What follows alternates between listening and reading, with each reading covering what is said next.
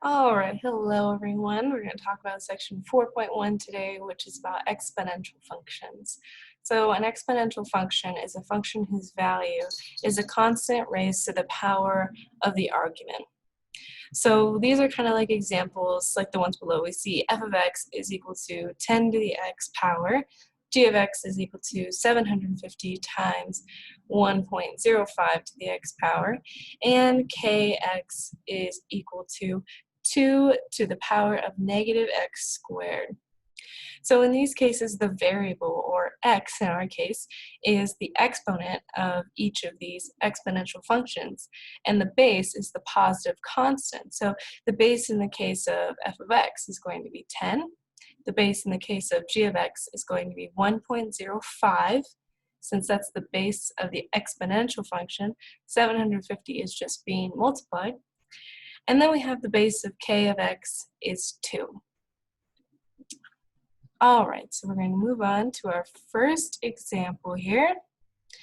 And all we're going to do is fill in the table of an exponential function, and then we're going to sketch the graph.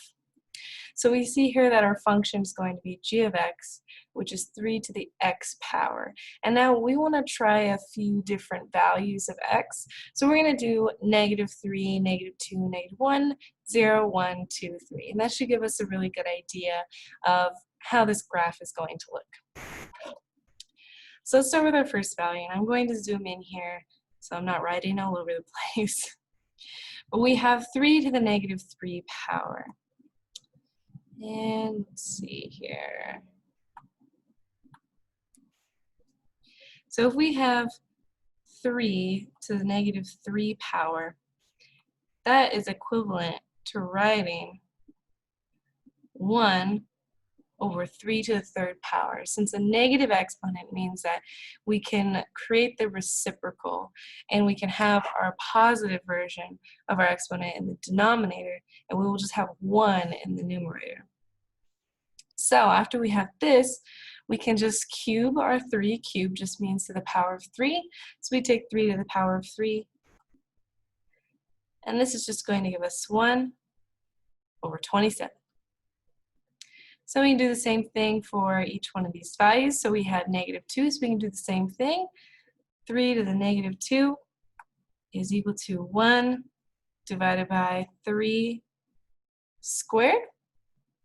Since we had that -2, it becomes a positive in the denominator. And so we can just square 3 in our denominator. So we get 1 over 9. Same thing for -1. And in this case, we'll just end up with 3 to the first power, or 1 divided by 3 to the first power. And that just gives us 1 over 3. And we can move on to 3 to the 0 power. And we know that anything to the 0 power is just going to be 1, so this value is just 1.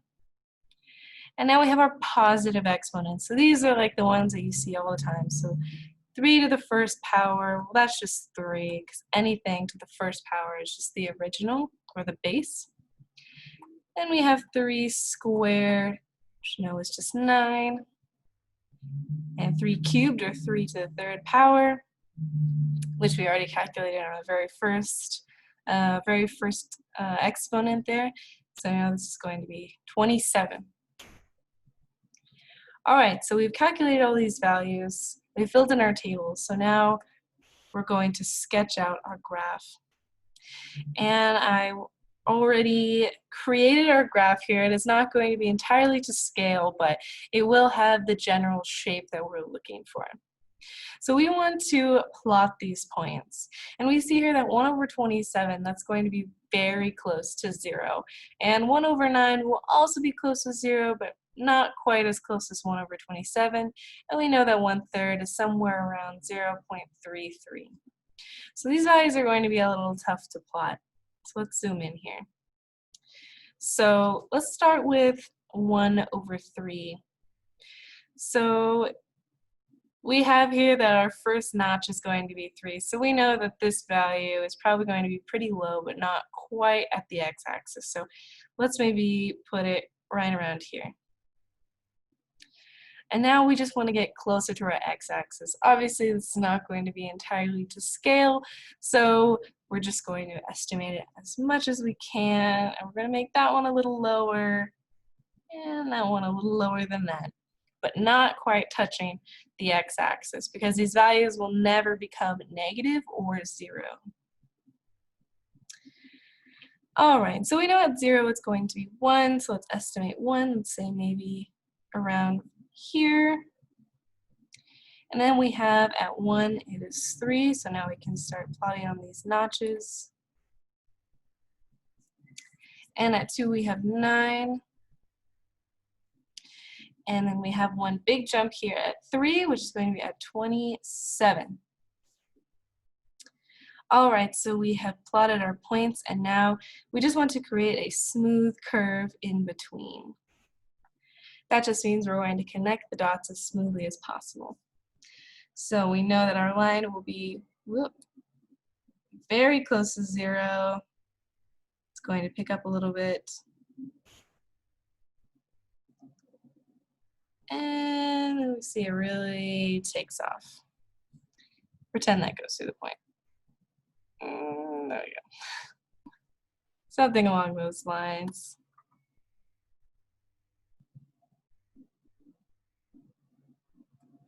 Using Desmos or a graphing calculator will give you a much more accurate image, but we have the general shape down here. And this example illustrates exponential growth, because we see that it's starting really low, really close to 0, and it doesn't take much. Once we get to 3, we already see it starting to grow at a very fast rate. And if our exponential function happens to be in the form h of x is equal to a to the x power, so we have that x is our exponent and a is going to be our base, so a can be any positive value. And when we see that a is greater than 1, so a positive value greater than 1, we see that the graph of h of x equal to a to the x power has the same shape as our g of x is equal to 3 to the x power. So really, as long as a is greater than 1, it's going to have this general shape that we see right here. And we know when a is greater than 1, the function h of x is equal to a to the x also has the set of all real numbers as its domain. So in case you don't quite remember domain, that means all the values of our x-axis. So this means that all the values of x that our function can exist on. So this means that it can exist anywhere along the x-axis. So no values of x are undefined in this function. Now we have some properties of exponential functions. So we see here first, we can look at figure 4.2. This just kind of shows us how the steepness of these exponential functions change according to the base. So we see in that very first, that blue graph there that we see, that's y equals 10 to the x power. And then our second graph, that red graph with y equals 3 to the x power, that's going to increase a little slower than 10 because 3 is smaller than 10.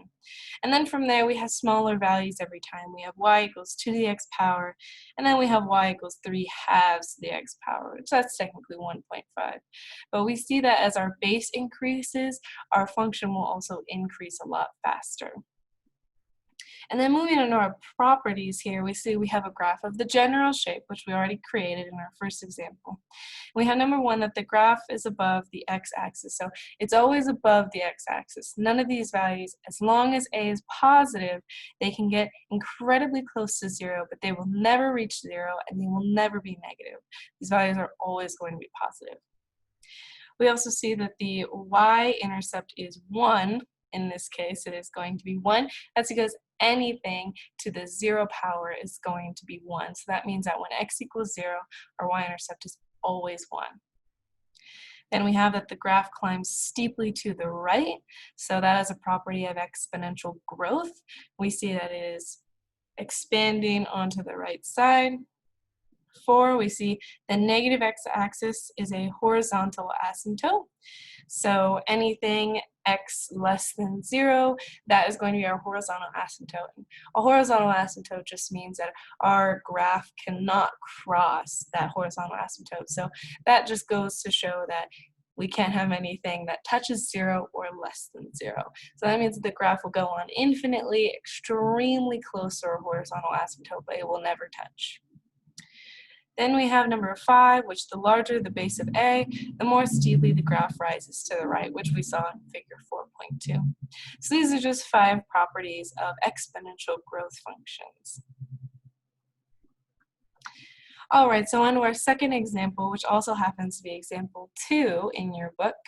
We have graph g of x, which is equal to 2 to the negative x power. So now instead of having negative x values, we just have negative x. So we can use our exponential rules to turn 2 to the negative x into 1 divided by 2 to the x power, which is also 1 divided by 2 all to the x power. Since we can turn our function into that 1 over 2 divided by x, since we know that 1 to any power is always going to be 1, we can now include our 1 to just create that fraction divided by x. Sorry, to the exponent of x, not divided by x. I don't know where that came from. All right, so let's set up our table like our last example. So we have 1 divided by 2 to our negative third power. So we know that because we have a negative exponent, we can create the reciprocal with our positive value. So if we had kept our equation original, this would just create 2 to the third power. So we no longer have this 1/2 since it was a negative exponent to begin with. So we have 2 to the third power, and that's just going to give us 8. So if the fraction inside of the exponent may be a little confusing to begin with, you can feel free to just continue on with 2 to the negative x power, because this would have given you, if you had negative 3, and you know that would have turned into 2 to the third power. So we would have gotten the same thing. All right, so now we have -2, so we'll do the same thing. So we have 1/2 to the negative second power, which is like saying 2 to the second power. So we're just going to get 4. Now we have -1, so the same thing, 1/2 to the -1 power is equal to 2 to the first power, which is just going to be 2. Now we have 1/2 to the 0 power, and anything to the 0 power, as we always know, is just going to be 1, which is a property that we established in our last problem there. Now we have 1, so anything to the 1/2, or anything to the power of 1 is just the original base, so this will stay as 1/2. Now we have 1/2 to the second power, and since we have our exponent is being applied to our entire fraction, this is essentially 1 squared divided by 2 squared, and since we know that 1 squared is just 1, and we know what 2 squared is, we get 1 over 4. And we can do it with our last value here. Whoop, too early. So we have 1/2 to the third power, so we can do the same thing. This is like saying 1 to the third power divided by 2 to the third power. We know 1 to anything will be 1, and 2 to the third power, which we already established earlier, is going to be 8.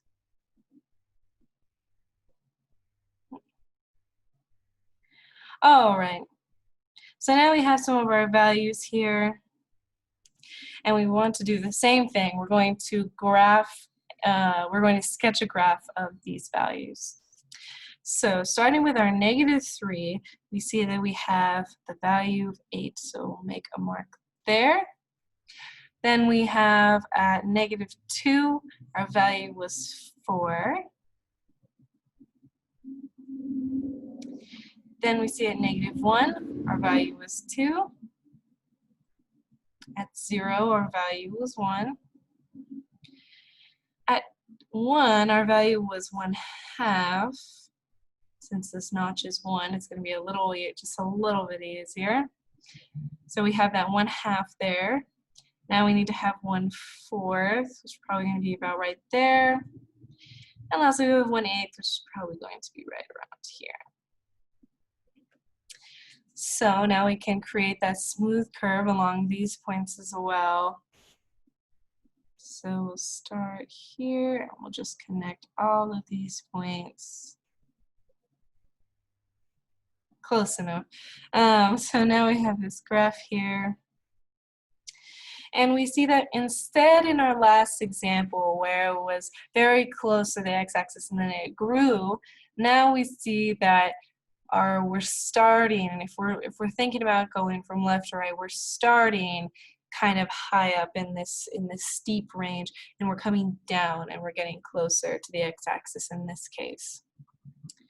And this would be an example of exponential decay. So our last example here we saw was exponential growth. We see if we're going from left to right, our graph is growing. But now we see that if we're going from left to right, our graph is most definitely declining or decaying in this case. So it falls sharply to the right, but it never touches the x-axis since we know that every power of 1/2 to the x power is positive. So anything we plug into that x, it will always be positive since our a value in this case is positive. So once again, we see that now it's the positive side of the x-axis that's going to be our horizontal asymptote for exponential decay problems. And when a is between 0 and 1, so this just means that less than 1 but greater than 0, so still positive, we see that the graph of h of x equals a to the x. That will have the same shape as g of x is equal to 1/2 to the x power. So we see that they're going to have the same general shape. So now we can take a look at figure 4.4. So we see here that we have more of the graph similar to our last figure that we looked at. And we see that that purple graph, which is y equal to 2/3 to the x power, that looks like it's not very steep. It's probably the least steep in all of these values. And then we have our next graph, which looks like the green graph, which is y is equal to 1/2 to the x power. It's a little bit more steep, but still not very steep. And then we have our third, which is our red graph, which is y is equal to 1/3 to the x power. So it's definitely a lot steeper. And then we have our steepest graph here, which is our blue graph there. So we have y is equal to 1 divided by 10 to the x power. So if you notice, our bases are actually getting smaller, and the smaller your base gets, the steeper our exponential decay is. So this is contrary to what we had for our exponential growth, where it was the larger the base, the steeper it grows. Now we have the smaller the base, the steeper it falls. So when we have when a is between 0 and 1, we know the function, in this case they say f of x, but you can write either way, h of x or f of x, equal to a to the x power, has the same set of all real numbers as its domain. So it has the same domain as we have for exponential growth. The graph just looks different, but we're still always having our x as defined values. So it will never be undefined. Now our graph has the same shape shown here and all the 5 properties. So it has the different 5 properties as before, but still. So we see that the graph is above the x-axis, which is the same as before. The y-intercept is also 1, which we saw as before as well. And now we see that the graph falls sharply to the right. And we also have that the positive x-axis is the horizontal asymptote, which we already touched on. And for number 5, the smaller the base of a, the more steeply the graph will fall to the right. So these are all going to be properties of exponential decay problems.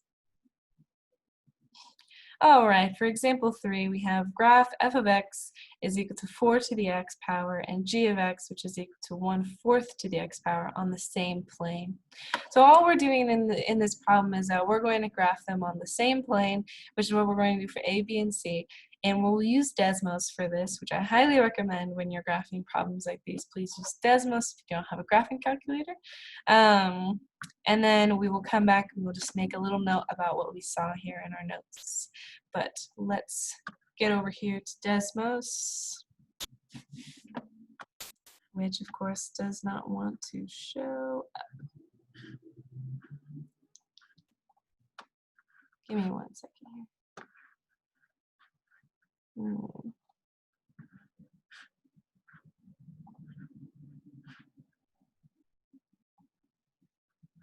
All right, that took a second, but here we go. We're on Desmos now. And the graphs that we wanted to show here was y is equal to 4 to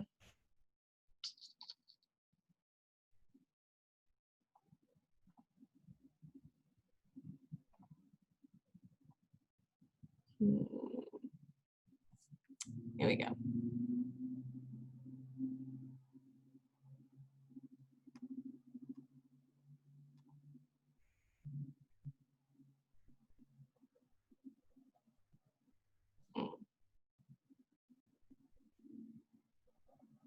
There we are. All right, sorry that took a second.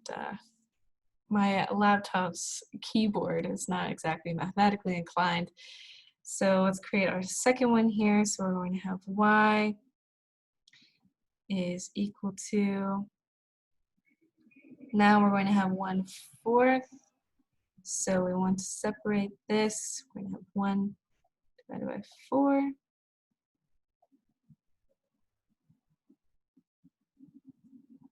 That was backslash. There we go. 1 divided by 4. And we're going to have to the x power once again. Wrong one. All right.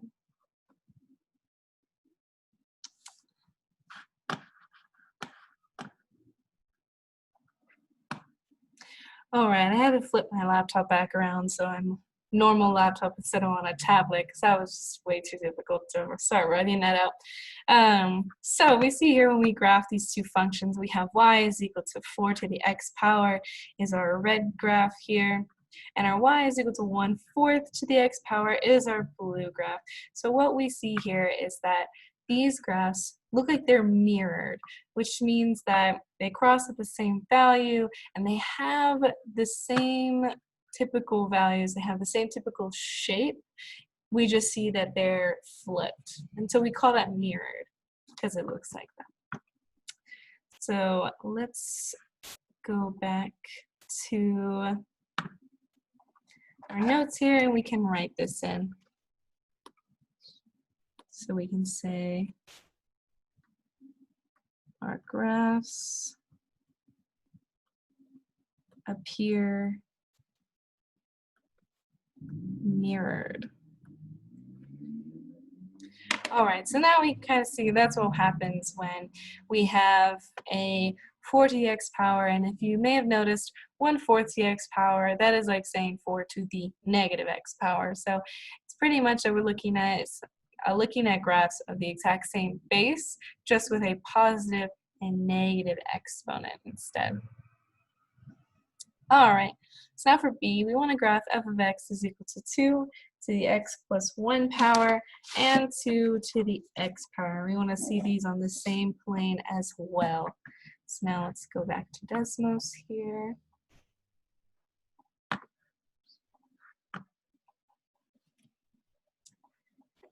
And we're going to write out our new values. So we want to try y is equal to 2 to them, let's put these in parentheses so it stays up there, x plus 1, and then we have y is equal to just 2 to the x.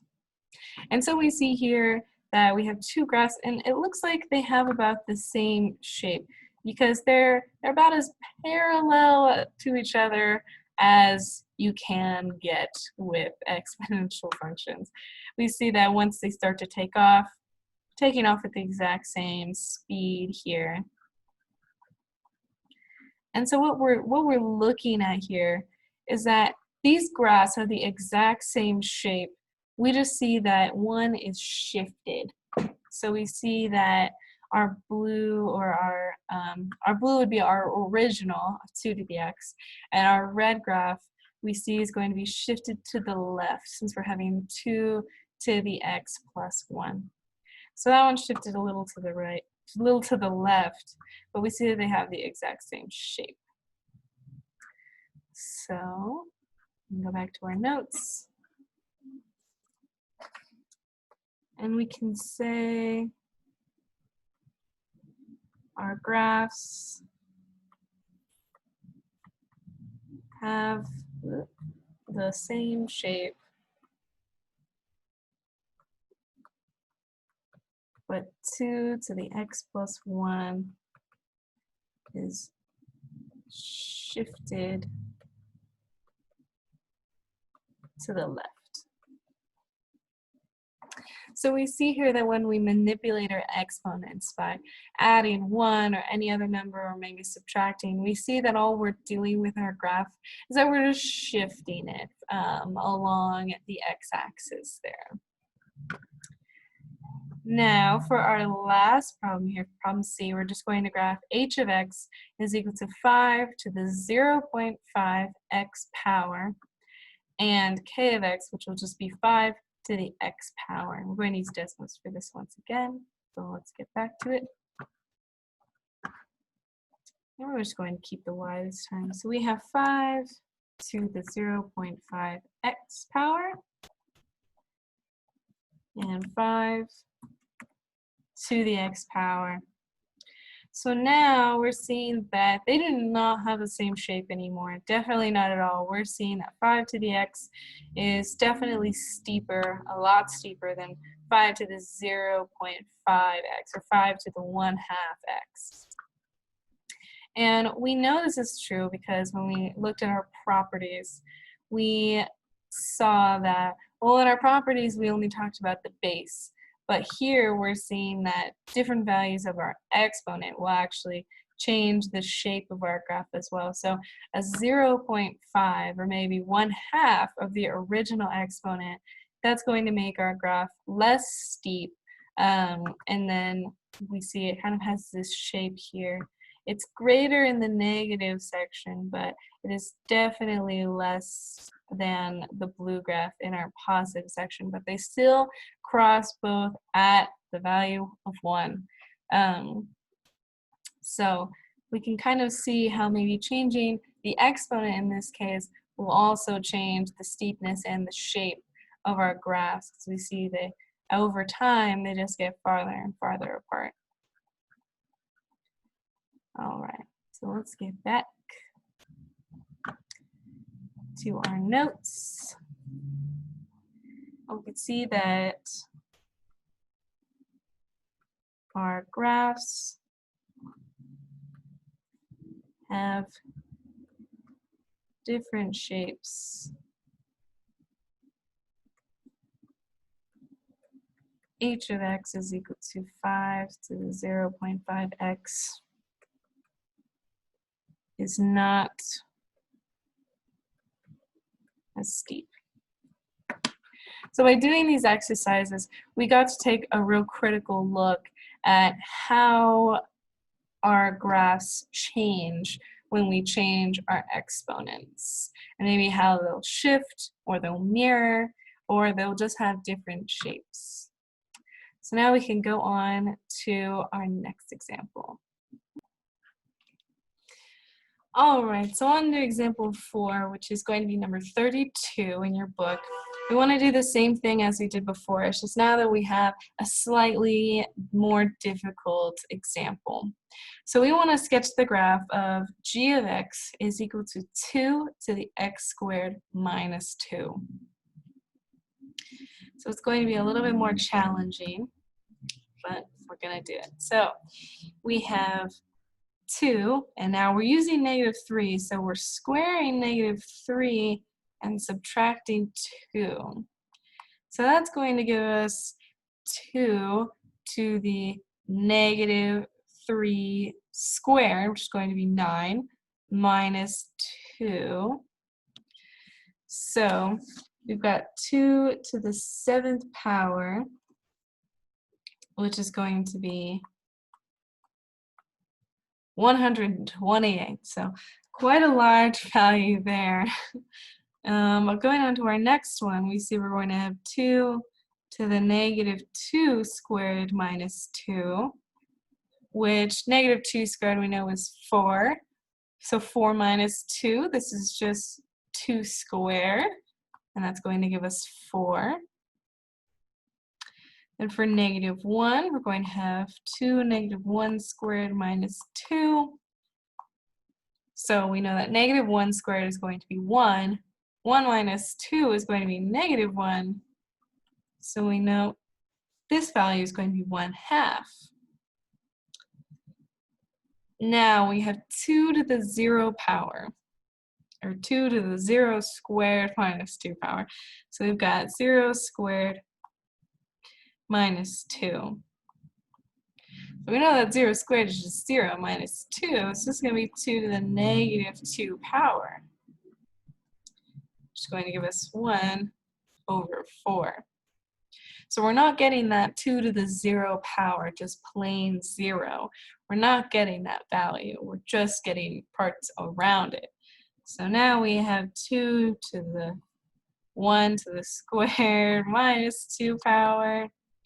And we see that's going to be the same thing as -1, especially just since we're squaring the x value. So we're going to end up with the exact same values. This is also just going to be 1/2. And we have 2 to the 2 squared minus 2 power.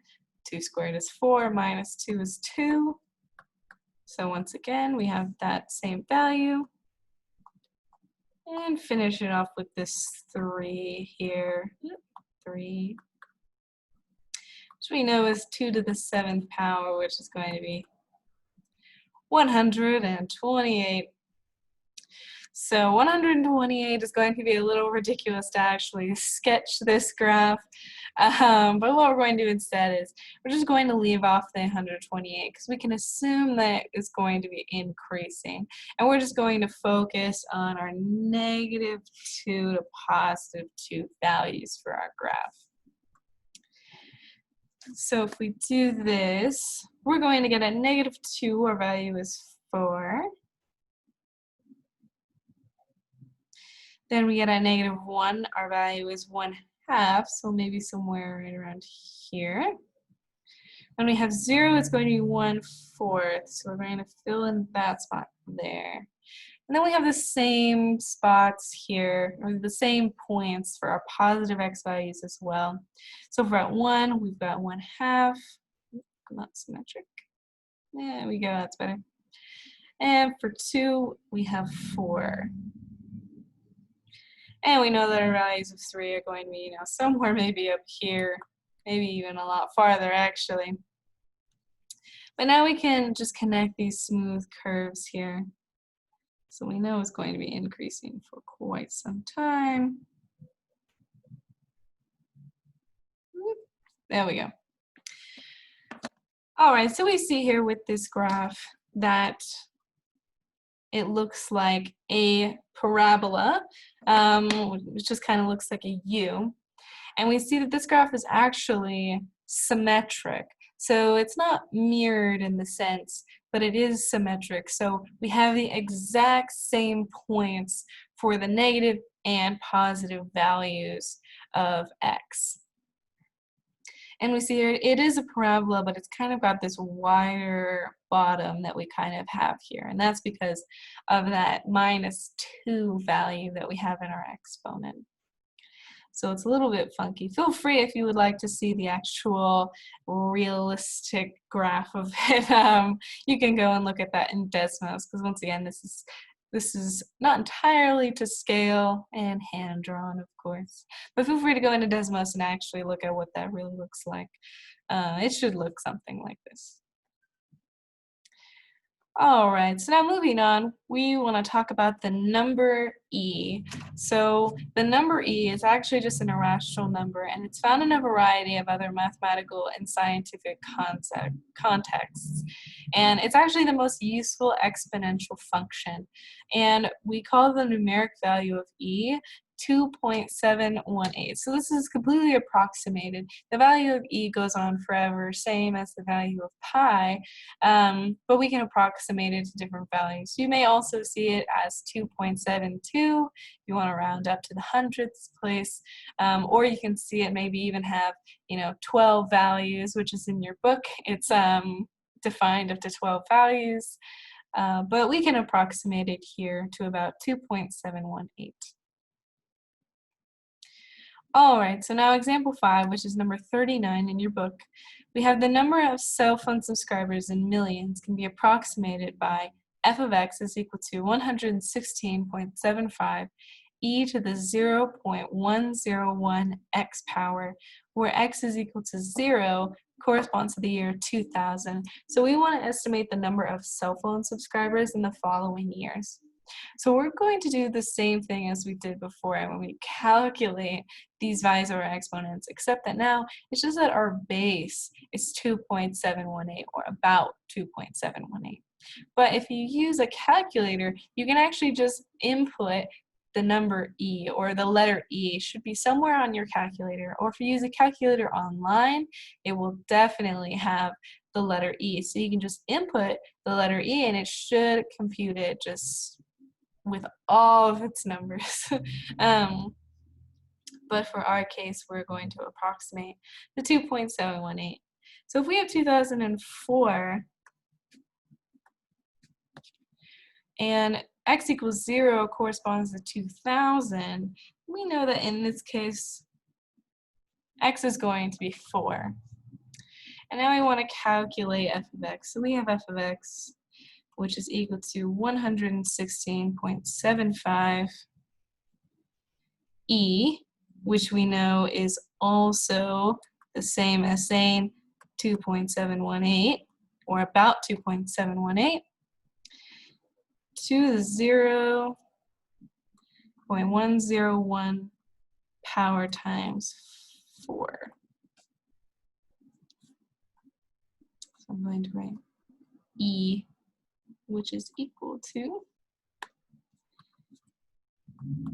So now I invite you to take a moment and calculate this value. So feel free to pause the video and calculate it on your own.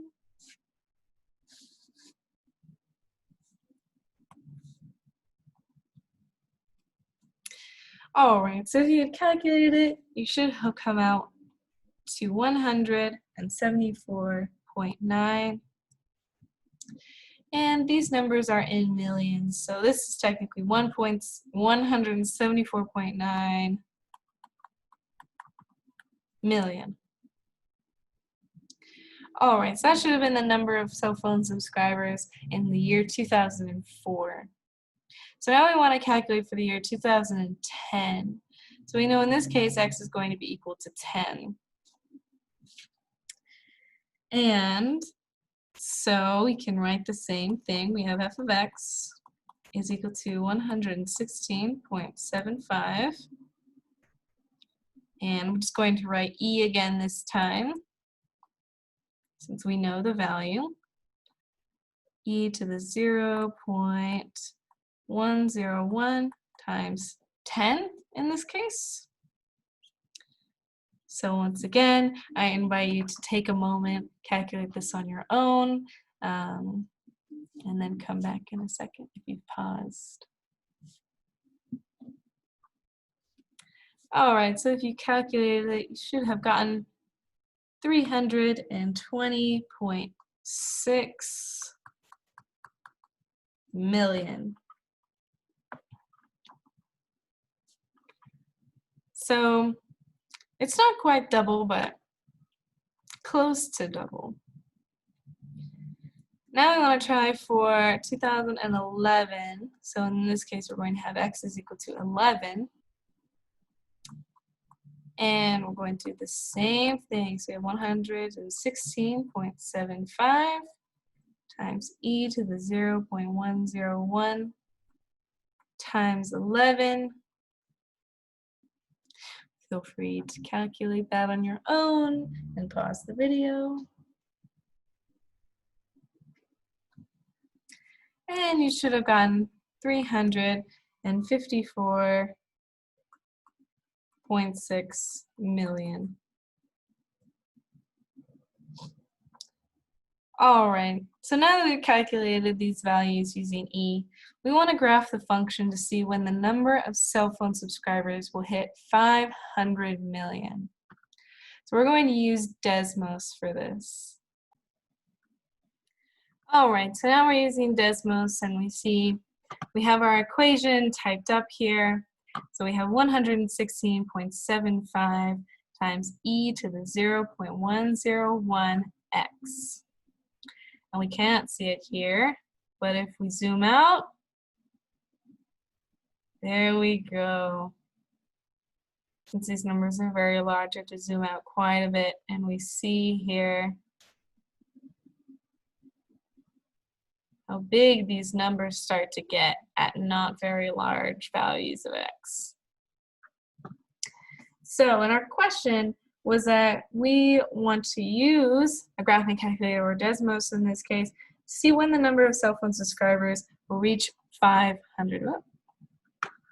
We want to see when it will reach 500. So we can slowly track here and see when the number hits 500. But an easier way in Desmos is to just create another line. So we have another line here, y equals 500. So we see that there's a point here, and we see that our x value is going to be 14.402 at 500.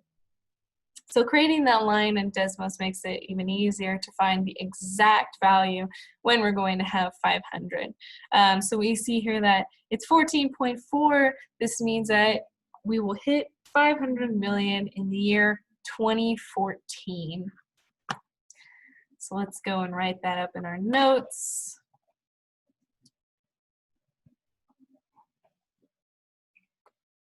We say, we see we will hit 500 million. Just going to write subscribers.